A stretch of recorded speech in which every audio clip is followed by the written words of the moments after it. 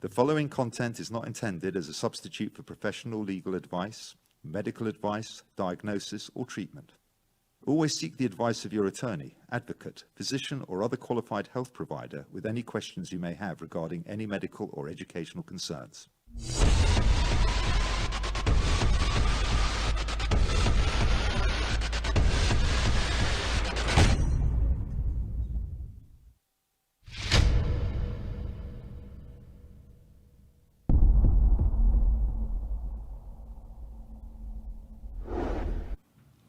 Hello and welcome to Empower Dyslexia. I'm your host, Stephen Yearout.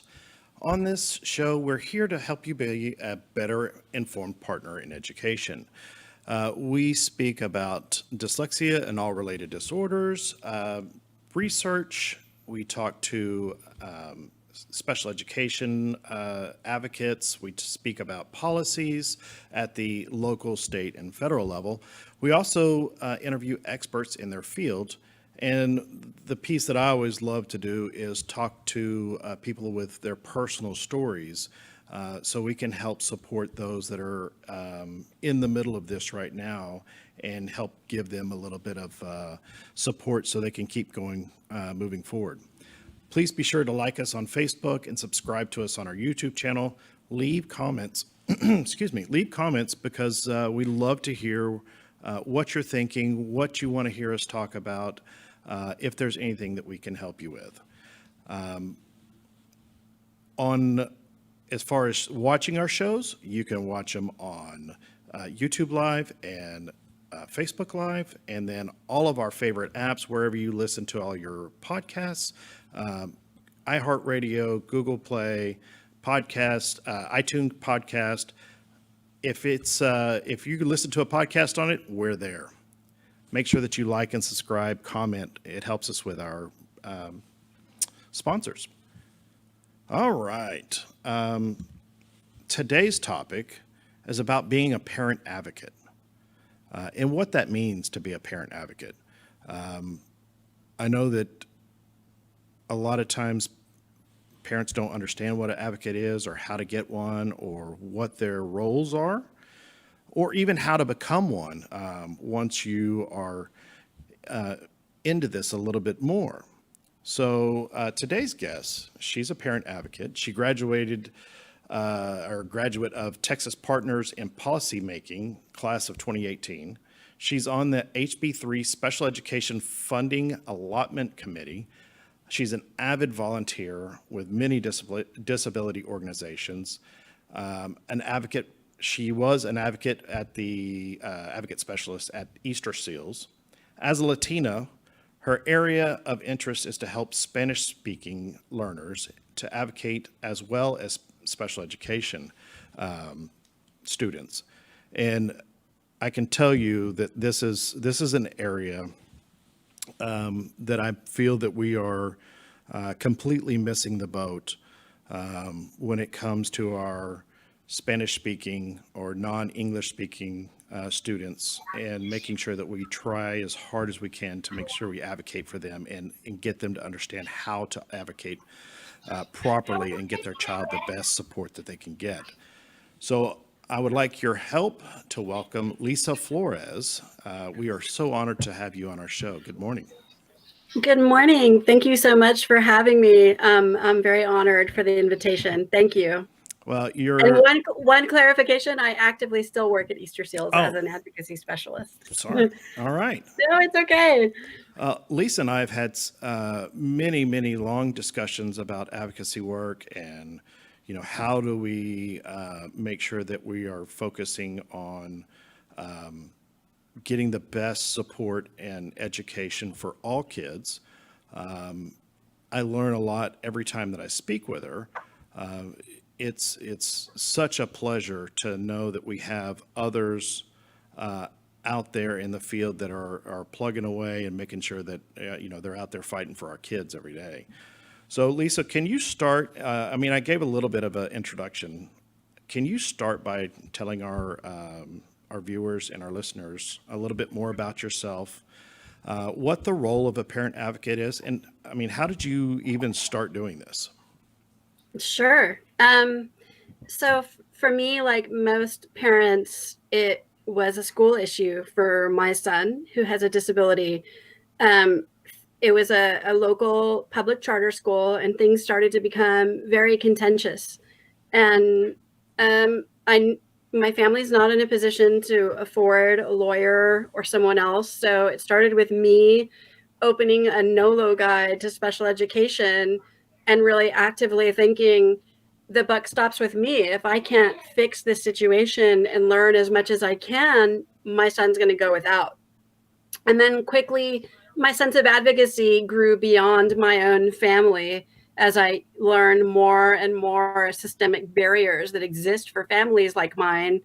It sort of grew and grew and grew to where I wanted to expand my advocacy circles to not just be my own family, but to be many families in Texas. So I just kept, I know this sounds really corny, but my love of advocacy comes from a simple commitment I made to myself, which is to advocate at any and every opportunity that I can, whether macro to micro, whether that's a conversation with someone or going to the state legislature and going to bat for bills. So what is a parent advocate? A parent advocate is somebody who understands procedure, who understands the parent side of advocating, who understands systems and helps and enables others to help their children. Like I am no better, no smarter, no more capable than other parents. And I really just like to share knowledge to make sure that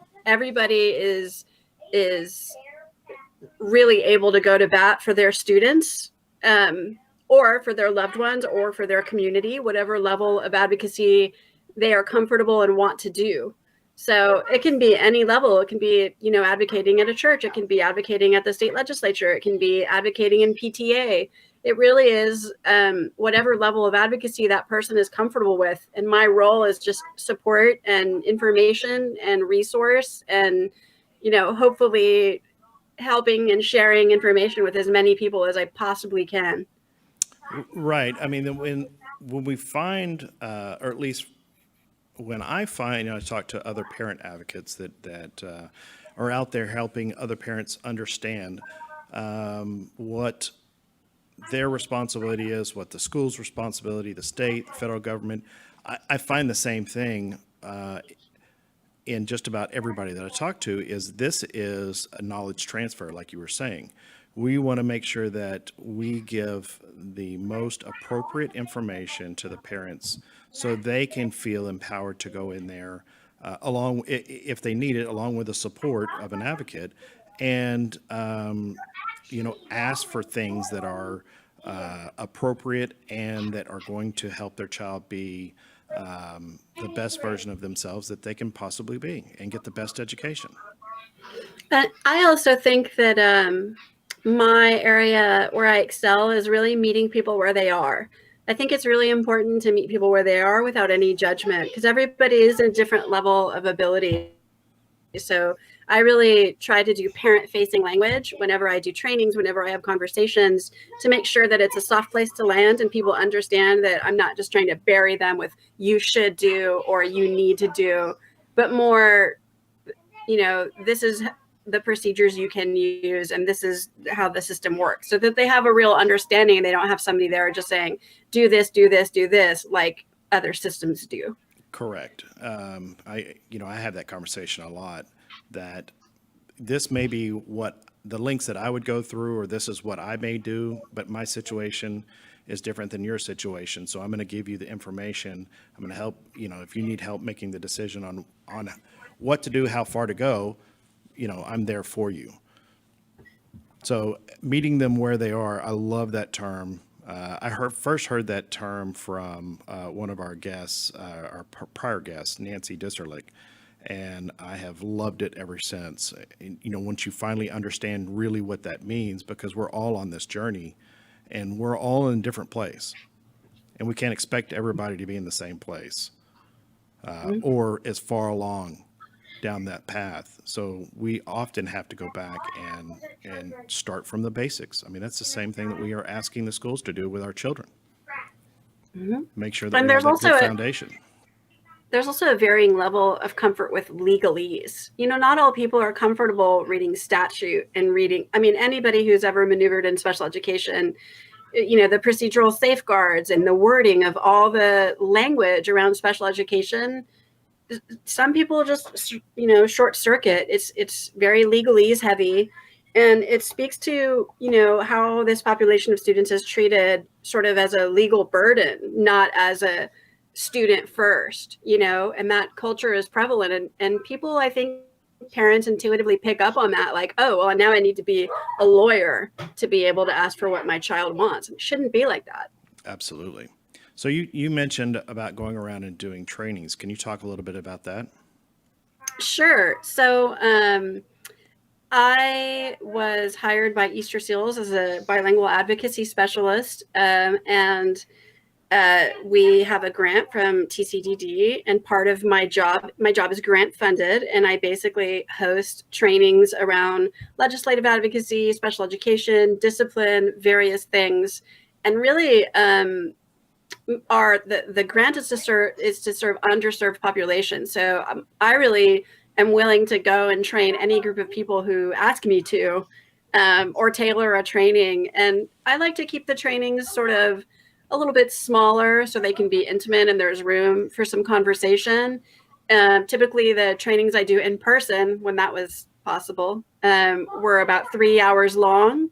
I'm just venturing into doing some virtual training just around COVID-19 and the rights of students.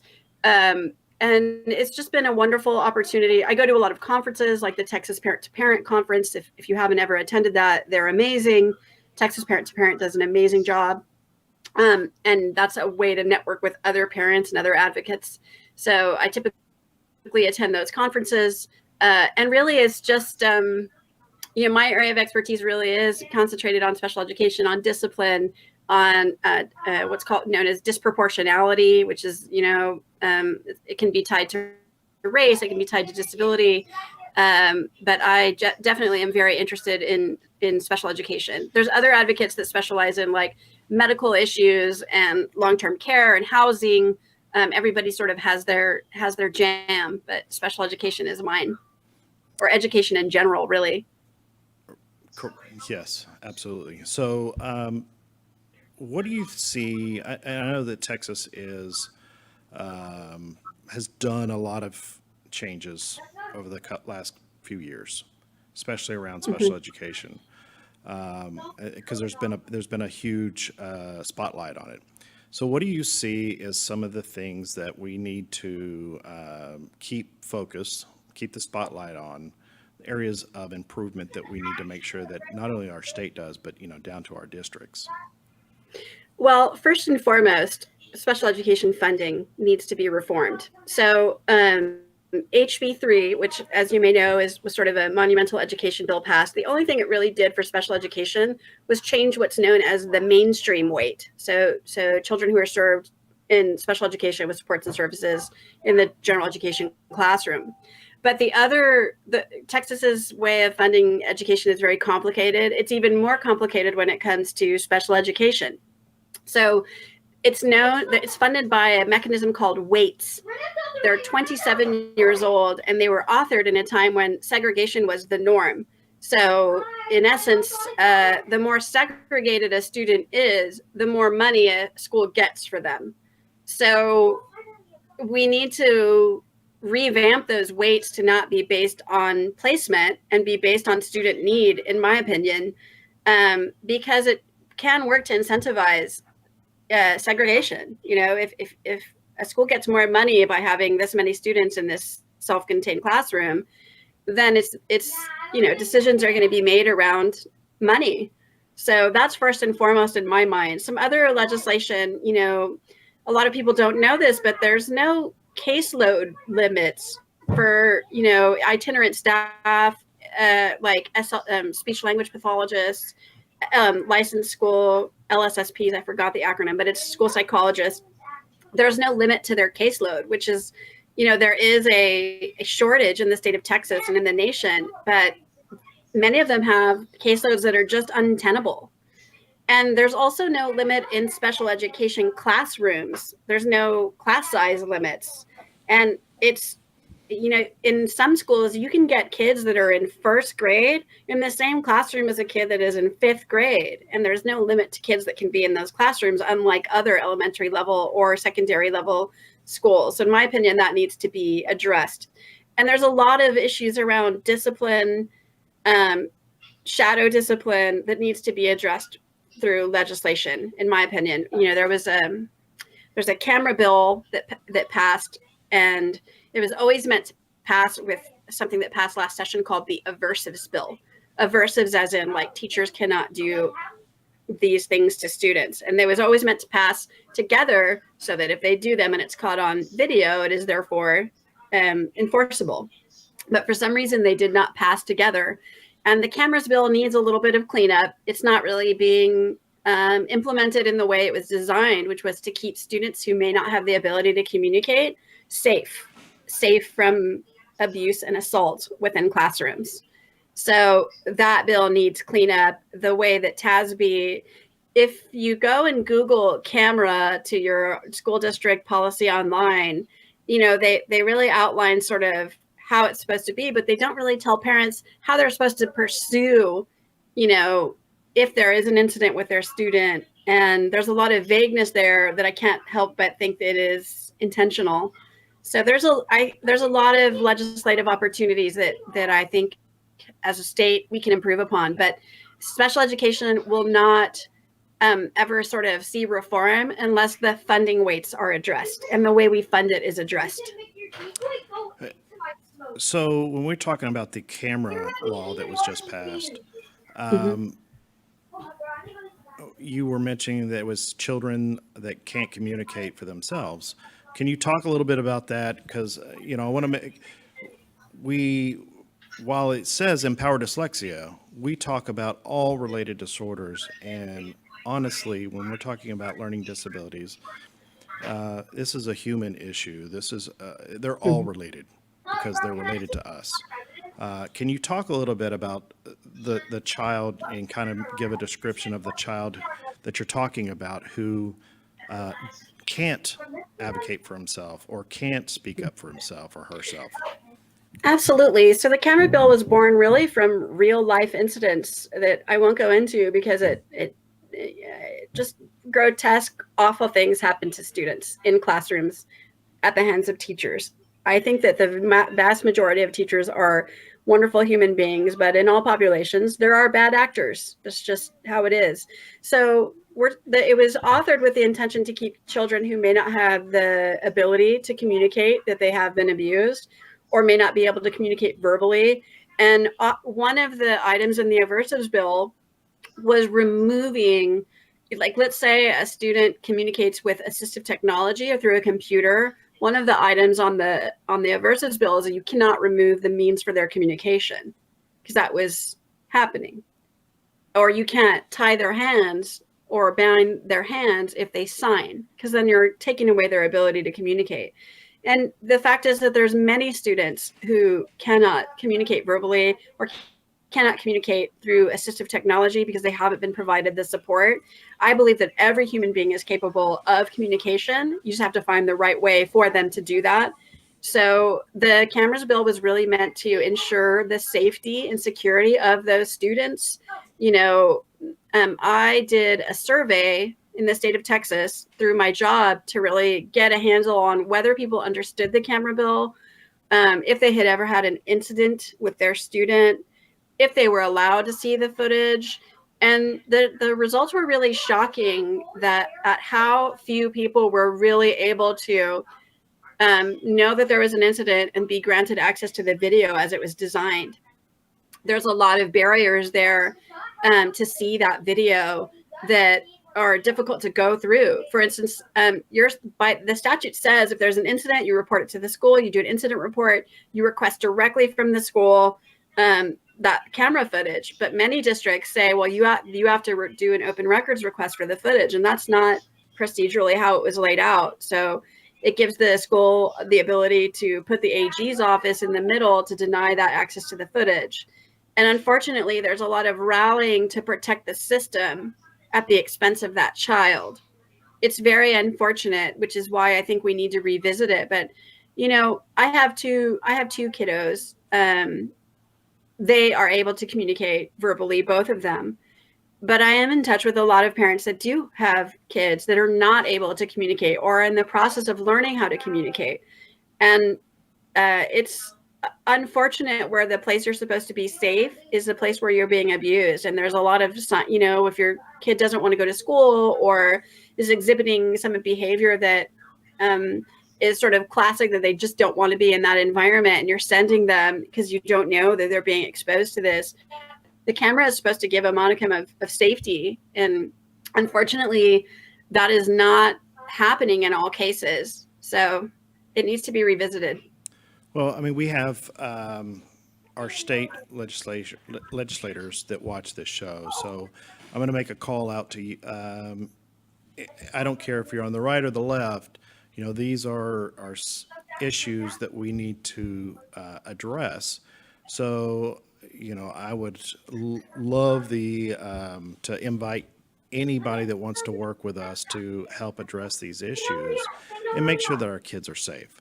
I mean, that's really what the parents want. They want to make sure that their kids are safe when they drop them off, that they get the best education possible, and that their health and well-being is paramount while they're at school. I wanted to add something personal to that, in that I remember the days before my son was able to speak.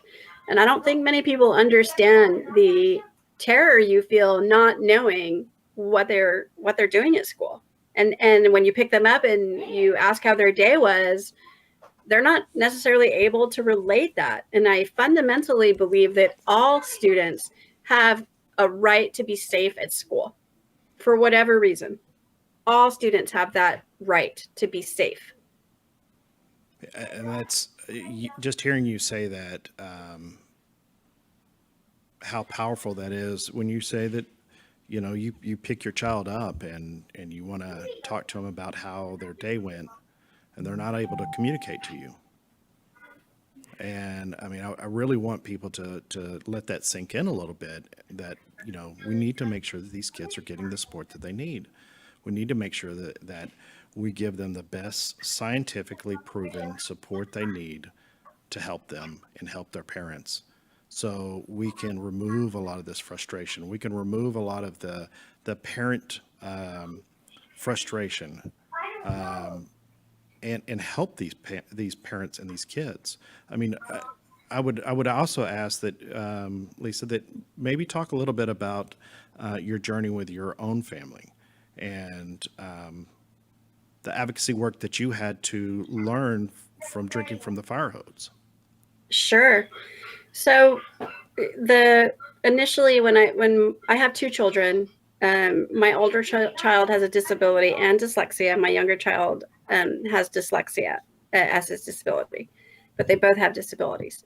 My older child started experiencing really troubling. So basically, he was in a school that didn't know how to support him, and he was being engineered to use aggression to get out of any sort of academic tasks. I didn't know this was happening, and it became really bad. You know, he was a student that loved going to school, that was really engaged, and he became a student that was shutting down classrooms for hours at a time, harming teachers, harming himself, harming me. It was, and I didn't know what to do.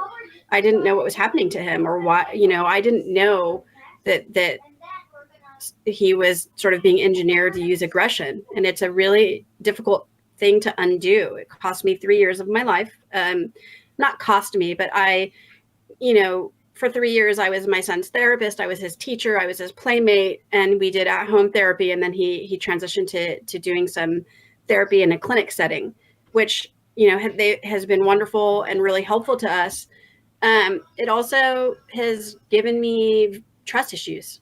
You know, I don't trust schools to make the right decisions for my kid. And that's not the fault of any administrators or the system. That's just, I got burned really bad. So I find myself preparing for meetings in a way that most people probably don't. Like, I'm hoping for the best and preparing for the worst. You know, like, list of must-haves. It made me adept at really looking at the big picture for him and making sure that at those meetings I wasn't being broken down, that I could stay on task, that I could not become emotional, that I treated it like a negotiation. I'm going in to get this for my son, and I'm not going to concede until that happens. And most of the time I was asking for something very reasonable. And a lot of people, I always say that I work 10 times harder for what everyone else takes for granted. You register your kid, you send them to school, everything goes great. Well, that isn't a given for families like mine, students like mine. My son is an incredible person. I marvel at him. Very competent, very capable. He's also very complex. And that isn't a given that I register him and he goes to school and his needs will be met.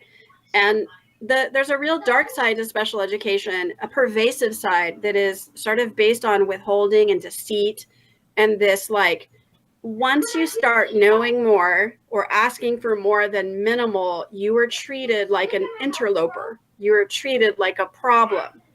And you're met with more resistance at your meetings and in your dealings with the school. I am very adept at civil discourse. I believe in collaboration. I believe in really having everybody who works with my son have a shared vision for him of what he wants for his future, and person-centered planning around what he wants to accomplish. And I try to keep that the focus of our discussions. But I think that I'm not alone. I think that if you talk to a lot of families, they would describe feeling an adversarial relationship.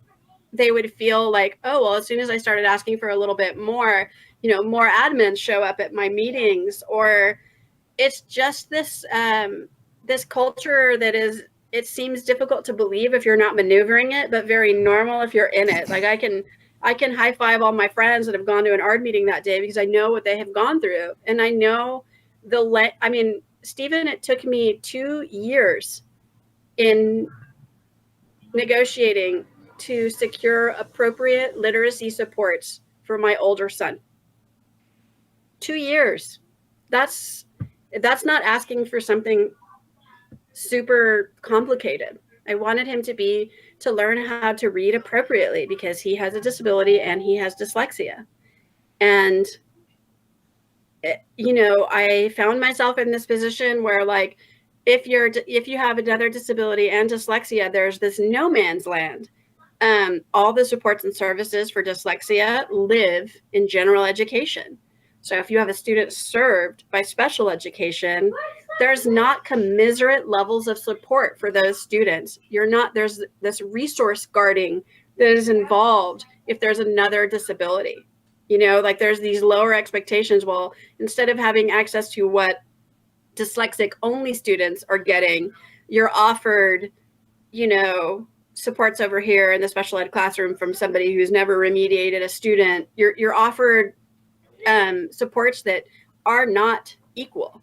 And unless you know the ins and outs of those systems, like I had to really come up to speed on dyslexia in a way, like, quick, because it was an area of special education and disability where I had a blind spot. So I have 2 children with dyslexia. So I had to come up quick in the overlap of special education and dyslexia and services and the dyslexia handbook. And it's a lot. There's a lot of areas that are not clear cut for students like mine. And I feel like the dyslexia handbook does a great disservice in the vagueness for students like mine. I think that it was authored with dyslexic only students in mind, and students like mine have been forgotten. There is a large population of students who have other disabilities and dyslexia that are falling through the cracks. I mean, all kids deserve it. All kids have the right to an education. All kids have the right to read and spell and be able to write. So, it is our job, it's our duty to make sure that all of these kids get it. And you were talking about the dyslexia handbook, and for those that don't live in Texas, this was just rewritten. A new version just came out, and what Lisa is saying is it's pretty factual. I mean, the fact that we leave loopholes in guidance on what is supposed to take place, it has no place for loopholes. When we give medical advice or we give medical diagnosis and treatment, there are no loopholes. So this is the same thing. Why would we allow loopholes in subpar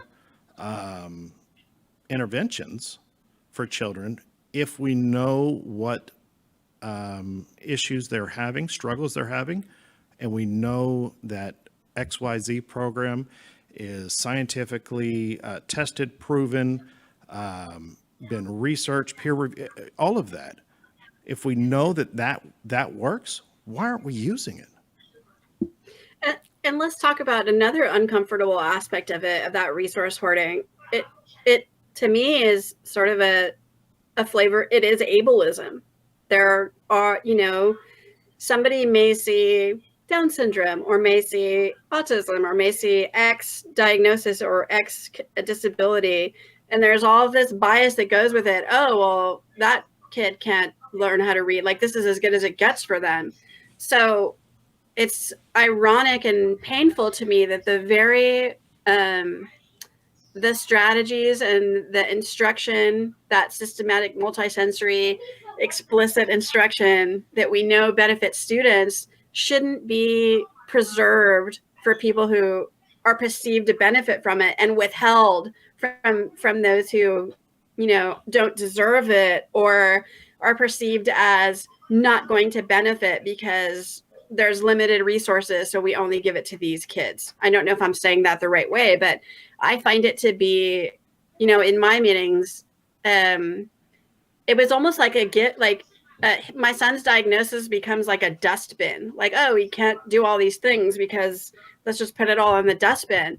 And so when I started having conversations separately about his primary diagnosis and then dyslexia, it was a crazy experience to get buy-in, to get people to really be on board that he had a civil right to be taught how to read.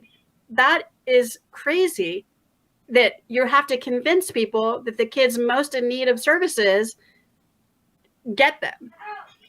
You shouldn't have to convince educators and administrators to give the appropriate supports and services to any student. I mean, a lot of times what ends up happening, or at least in my experience, we find people that are making snap judgment. I'll say snap judgments. I'm trying to be fair because this is not a blanket statement. But we will have people that think that this child can't learn any higher than X level, and they're going to try to get just under that, if not right at that level that they assume that's as far as that child will be able to succeed at. And I think that is that's doing a huge disservice to not only the child but our society, our parents, to basically negate anything that child could ever do. You're not even giving them the opportunity to get to a higher level than what you thought they're going to be at. I mean, when we're giving them these tests, if they haven't been taught these skills, they're not going to test that high. Can we talk about evals? I think the single most important thing. I am terrible at math. I can speak 3 languages, but I'm terrible at math. I'm terrible at statistics. But there I was cracking open my copy of All About Assessments by Wright's Law, which I recommend all parents own. I wish it was available in Spanish. I keep bugging the publisher. So knowing what those assessments and evaluations mean is so vital. And to what you're saying, full disclosure, to the audience, Stephen helped me a great deal with my son's evaluation. And as I explained, my son had a 3-year lapse in academics, and the assessment he was given was based around academic prowess. So his scores were obviously low. He was being measured on something that he had not been exposed to. So it had never entered my consciousness as a parent advocate that they were seeing the scores in a different way that I was seeing them. Like, I just assumed, of course the scores are going to be low because he hasn't had, exposure to X. And unfortunately, it's something that parents and allies need to understand, is that those scores mean a different thing to decision makers than they do to you.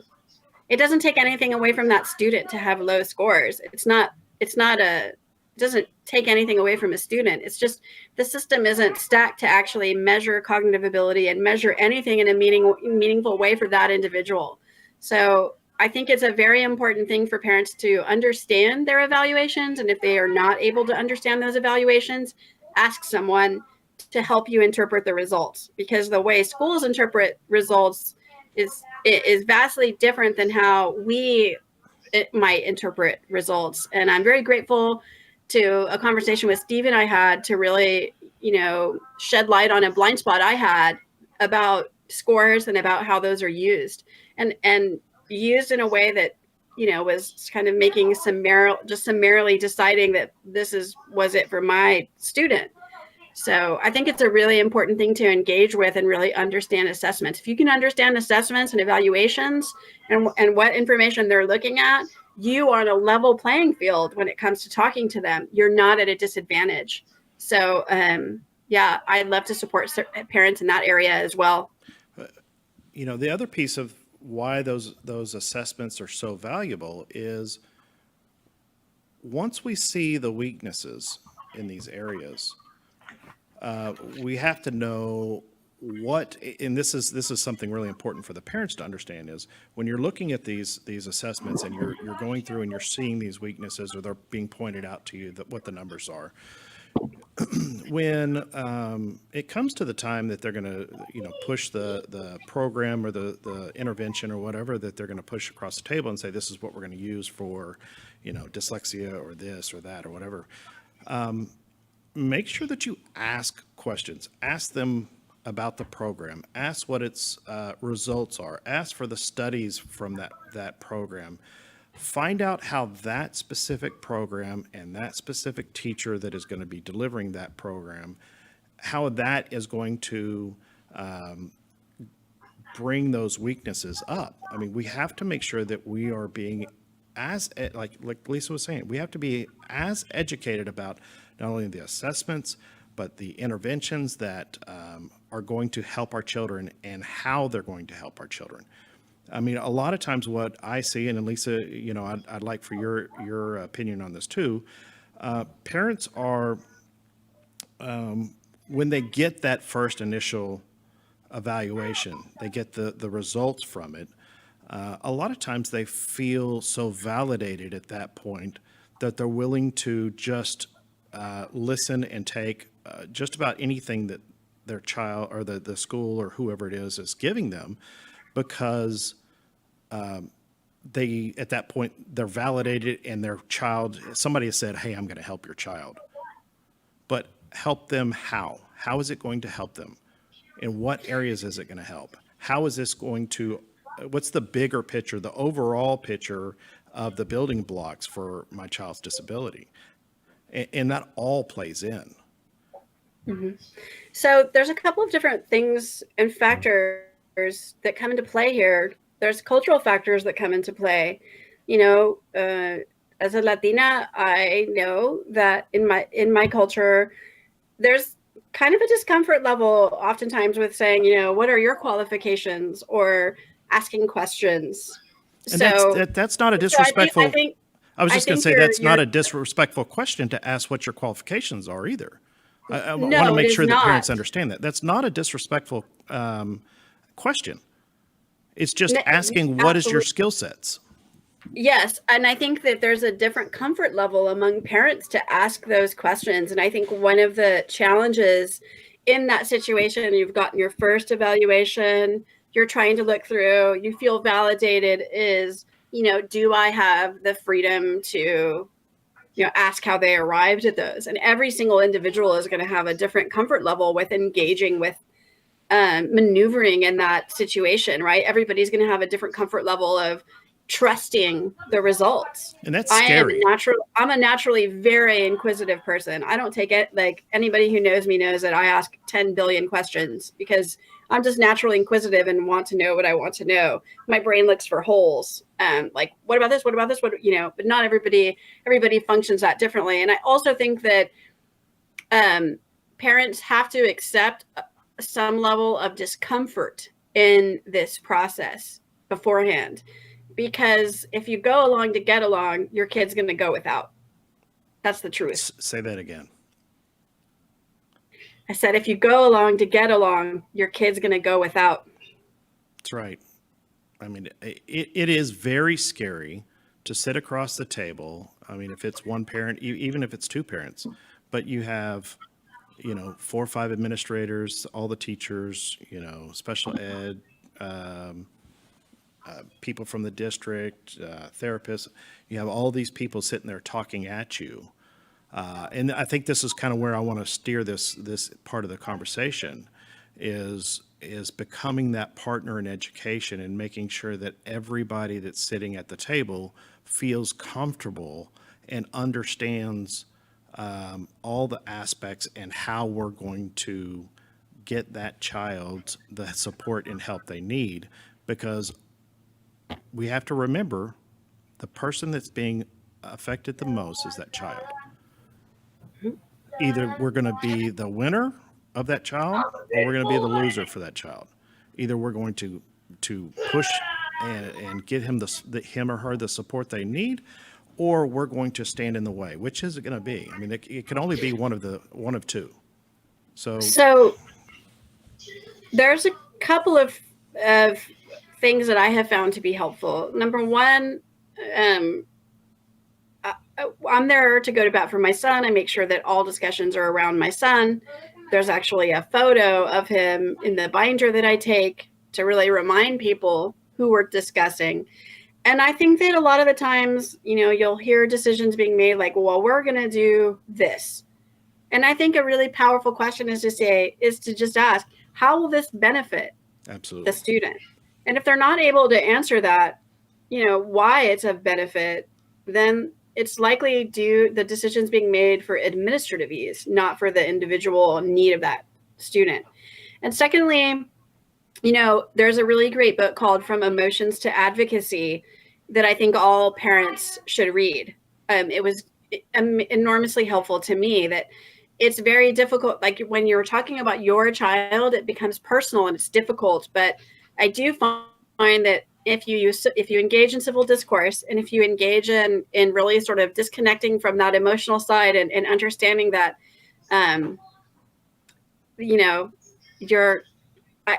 I don't want to paint all administrators or teachers with the same brush, but I can only speak to my experience. You're dealing with gatekeepers. Your job is to get into the gate. So that is best accomplished with buy-in, with collaboration, with positivity, and with everybody sort of centered on that student. So for tips for parents in that situation, when you have 5 admins, usually that an emotional response, and I'm not advocating for people to be unpleasant or to be really abrasive, but it's inevitable when things hit home and it's emotional that some people will respond like that. And I think they should be given grace to respond like that. It's their child and they're frustrated. Just like their children get frustrated in classrooms. I do think that it's intimidating, and it's an intimidation by design, right? When you're alone and you're there with 7 people that are quietly applying pressure to you to do something, it is effective because human beings it's very difficult to maneuver in that feeling of intimidation and pressure. And again, we're not. Sorry, Yeah. I was just going to say, and again, we're not saying that all teachers, all special education directors or principals, admins or whatever this way. I've worked with a lot of really great ones, to tell you the truth, that make the whole experience as pleasant as possible, and are very professional and do have I mean, I will say that the teachers that I have worked with and that I have talked to, 99.9% of them all have the kid's best interest at heart, and they want to do that child needs. I think a lot of times even the administration staff want to do what the child needs. There's so many different layers that we have to peel back, laws and whatever else, and you can and you can'ts and this, that, and the other, and we lose sight of we're dealing with a precious child that needs help, that is crying out for help, that's struggling and needs it. And I think that it's really important that parents have as level a playing field as possible, right? So that means getting all of your students' records prior to going to that meeting and really having a chance to make sure that you have access to everything the school has. Getting those records in advance, reviewing them, keeping good records, organizing yourself in a way that you have those records available to you to reference during meetings, and that you understand the information contained, because information really is power. And if they have all the information and you don't have the same information they have, you're not an equal partner and you're not able to make informed decisions. So I think it's really key that especially given COVID right now, we have how many weeks left until school. It's imperative that you have a copy of your students' records, you have a copy of their IEP, and that you understand it. Absolutely. I think that definitely sort of levels the playing field as far as information, and is empowering to know, because there's so many people have IEPs and they don't really understand what's in them. Right. Well, Lisa, again, you are an amazing person, an amazing advocate. I feel so lucky to call you a friend, and so happy that we have somebody with your capabilities out there fighting for all children, and trying to get them the help that they need. I want to invite you back. I have some really good ideas of some shows I want to do with you, to help our parents more, both on the special education side and the parent advocacy side, as well as policies that we can try to advocate for. But we're running up on our time here, and please, again, I want to invite you back. Such an amazing person. Thank you so much for having me. If I could just say one thing before we disconnect, is I really invite all people to advocate at any level they're comfortable with.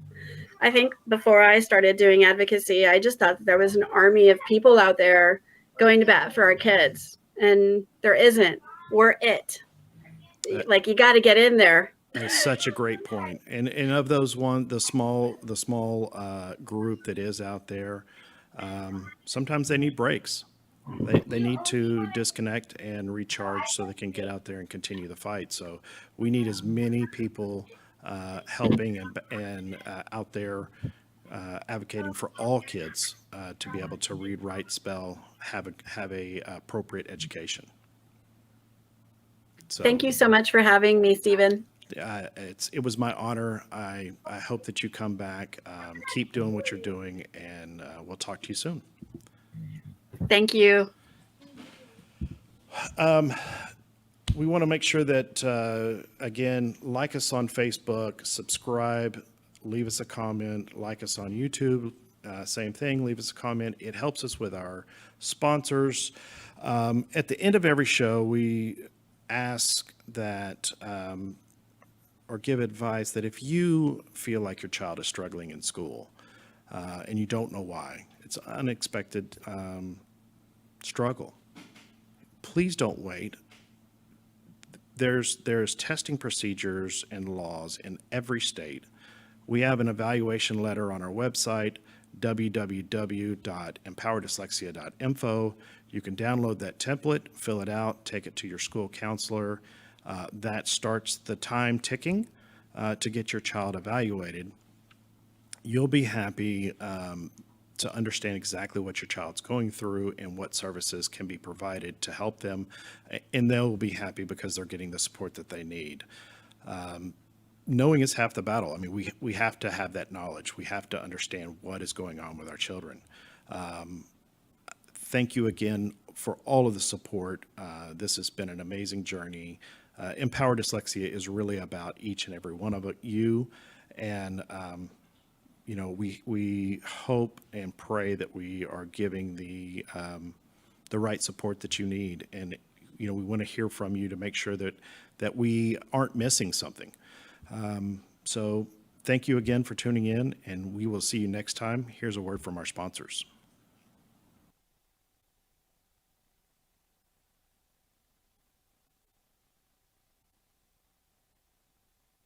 Learning Ally is a proud sponsor of the Empowered Dyslexia podcast. At Learning Ally, we are always looking for new ways to engage readers struggling with a reading deficit like dyslexia and help them work to their potential.